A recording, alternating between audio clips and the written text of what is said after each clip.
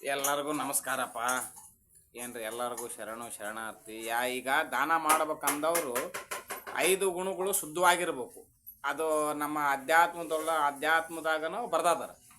ಏನಂತ ಬರ್ದದಪ್ಪ, ಈಗ ನಮ್ಮ ಮನೆ ಮುಂದೆ ಯಾರನ್ನ ಬಂದ್ರೆ ಹಳೆ ಬಟ್ಟೆ ಕೊಡಪ್ಪ ಅಂತಿರ್ತಾರ. ಹಳೆ ಬಟ್ಟೆಗಳನ್ನು ಕೊಟ್ರೆ ನೀವು ಏನಾರು ಪಾಪ ಪುಣ್ಯ ಏನು ಕೆಲಸ ಮಾಡಿರ್ತಾರೆ, ಚಲೋ ಚಲೋ ಪುಣ್ಯ ಮಾಡಿರ್ತೀರಿ, ಪಾಪ ಕರ್ಮಗಳು ಮಾಡಿರ್ತೀರಿ, ಅದೆಲ್ಲ ಅವರಿಂದ ಹೋಗಿಬಿಡುತ್ತೆ. ಆಮೇಲೆ ನೀವು ಅವ್ರು ಕೊಡಂಗಿದ್ರೆ ಹೊಸ ಬಟ್ಟೆನ ಕೊಡ್ರಿ, ಇಲ್ಲಾಂದ್ರೆ ಕೊಡಕ್ಕೆ ಹೋಗ್ಬೇಡ್ರಿ. ಮತ್ತು ಇನ್ನೊಂದು, ಯಾರ್ಯಾರ ಜಾತ್ರೆಗೆ ಹೋಗಿರ್ತಾರ, ಒಂದು 10,000 ರೂಪಾಯಿ ದಾನವನ್ನು ಮಾಡಿರ್ತಾರೆ. ಅವ್ರು ಹೇಳ್ತಾರೆ, ನಿಮ್ಮ ಹೆಸರು ಕೇಳ್ತಾರೆ. ಅದು ನಿಮ್ಮ ಹೆಸರು ಕೇಳಿದ ಮೇಲೆ ನೀವು ಇಂಥ ಊರಪ್ಪ, ಇಂಥ ಇದು ಇಲ್ಲ ಇಂಥ ಪುಲಾಣ ಆದ್ಮಿ ಅಪ್ಪ, ಇವರು ಅವ್ರು ಎಷ್ಟು ಮಂದಿ ಕುಂತಿರ್ತಾರ, ಇವರು ಇಂಥ ಮನುಷ್ಯ ಅವ್ರ ಹೆಸರು ಹೇಳ್ಬಿಡ್ತಾರೆ. ಇಂಥ ಮನುಷ್ಯ ಈಗ ಇಷ್ಟು ದಾನ ಮಾಡ್ಯಾನಪ್ಪ ಅಂತ ಹೇಳ್ಬಿಡ್ತಾರೆ. ಆ ದಾನ ಪರಮಾತ್ಮ ತಕ್ಕ ಮುಟ್ಟೋದಿಲ್ಲ ರೀ. ಆ ದಾನ ಏನೈತಿ ಪರಮಾತ್ಮ ತಕ್ಕ ಮುಟ್ಟೋದಿಲ್ಲ. ಆ ದಾನ ಏನೈತಿ ಮಂದಿಗೆ ಹಂಚಿ ಹೋಗ್ಬಿಡುತ್ತ. ಅದಕ್ಕೆ ಇದು ಎರಡನೇದಾಯ್ತು.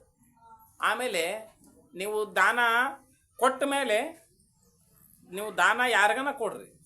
ದಾನ ಕೊಟ್ಟ ಮೇಲೆ ನಾ ಇಷ್ಟು ಕೊಟ್ಟಿನಪ್ಪ ದಾನ ಅಂತ ಮಂದಿ ಮುಂದೆ ಹೇಳ್ಬಾರ್ದು. ಅದು ಹೇಳಿದ್ರೆ ನಿಮ್ಮ ದಾನ ಆಗೋದಿಲ್ಲ, ಅದು ಪರಮಾತ್ಮ ತಕ್ಕನೂ ಮುಟ್ಟೋದಿಲ್ಲ.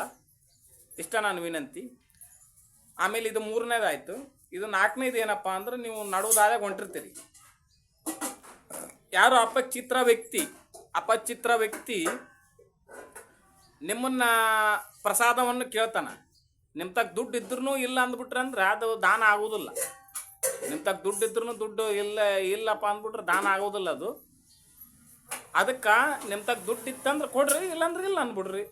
ಯಾಕಂದ್ರೆ ಇನ್ನೊಬ್ರು ಹೇಳ್ಯಾರ, ಯಾರಿಗನ ಸನ್ಮಾನ ಮಾಡೋಕ್ಕಾಗಲಿಲ್ಲ ಅಂದ್ರೆ ಅವಮಾನ ಮಾತ್ರ ಮಾಡಬೇಡ್ರಿ. ಯಾಕಂದ್ರೆ ಯಾರಿಗನ ಸನ್ಮಾನ ಮಾಡೋಕ್ಕಾಗಲಿಲ್ಲ ಅಂದ್ರೆ ಅವಮಾನ ಮಾಡಬೇಡ್ರಿ. ಇದು 4ನೇದಾಯ್ತು. 5ನೇದು, ದಾನ ಹೆಂಗೆ ಮಾಡ್ಬೇಕಪ್ಪ ಅಂದಾಗ, ಈ ಕೈ ಕೊಟ್ಟಿದ್ದು ಬಲಗೈ ಕೊಟ್ಟಿದ್ದು ಎಡಗೈಗೆ ಗೊತ್ತಾಗ್ಬಿಡ್ದು, ಎಡಗೈ ಕೊಟ್ಟಿದ್ದು ಬಲಗೈಗೆ ಗೊತ್ತಾಗ್ಬಾರ್ದು. ಈಗಿನ ಕಾಲದಾಗ ತಂದೆ ತಾಯಿನ ಯಾರು ನೋಡೋದಿಲ್ಲ. ತಂದಿನ ಮಗ ನಮ್ಮಂಗಿಲ್ಲ, ಮಗನ ತಂದಿ ನಮ್ಮಂಗಿಲ್ಲ.